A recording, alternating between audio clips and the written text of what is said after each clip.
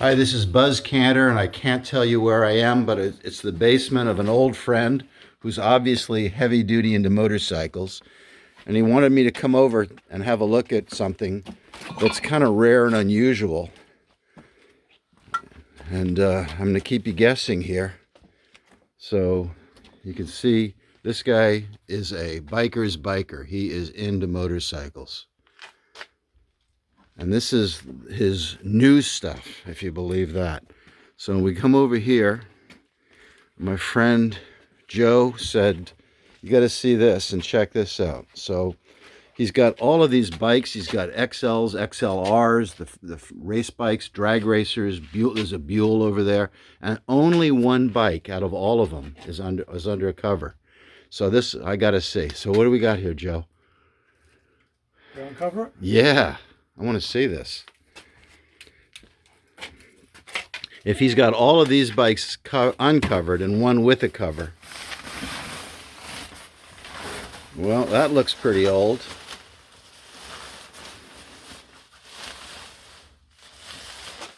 So that sure looks like a Harley J. And that looks like original paint.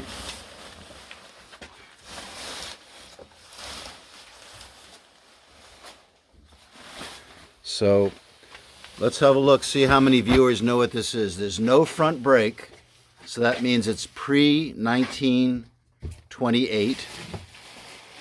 Single headlight. This is an interesting piece right here. This is a fork lock. If you can see this, it goes through the wheels down here and crosses through the wheels and locks it as a fork lock. Here's an original brace from the factory. That's a correct Corbin speedometer with the Christmas light on it. That sure does look like original paint. Original toolbox, original spark plugs, kicker, that's an original pedal drive on it. So what can you tell us about this, Joe? It's a 1927 27. JD Harley that has, here Buzz, get the speedometer, get the reading on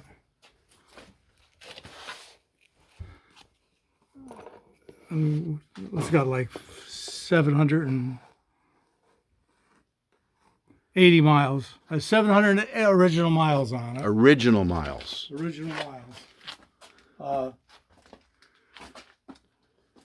Get a picture of the floorboards. That shows how much wear it's had. The rubber on the floorboards.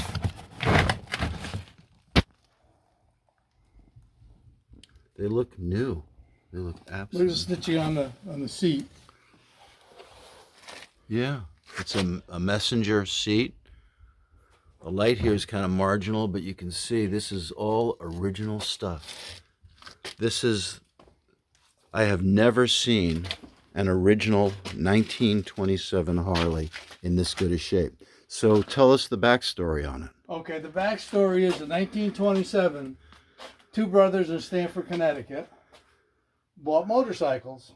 They both bought 1927 74 Harleys. And soon after that, I think with about 200 miles on, one of the brothers was killed in a motorcycle accident. The other brother's wife told him that he could not ride his motorcycle anymore. So they put it away. The story I heard was they put it in the attic. Well, I don't know how they got up the attic. But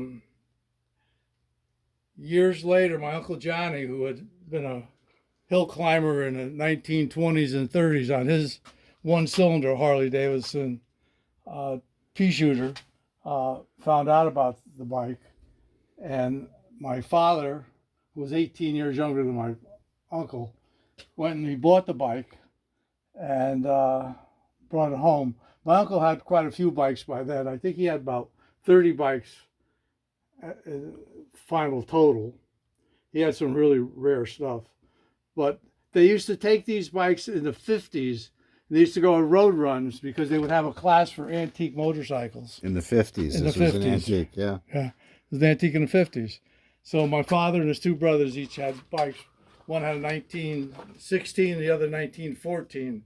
They used to go to the road runs, and it used to be in New York State that they used to go. Uh-huh. Unbelievable. Well, this bike is so rare, I don't think we're going to try to get it started, but I think we're going to maybe see if it'll kick over and see if that's good. But that's about it. But we're going to have to wait and find out. Once again, this is Buzz Canter from the Buzz Canter YouTube channel. I do hope you subscribe. Press the little red box on the bottom right. And keep looking. You never know what's in those barns and garages and basements.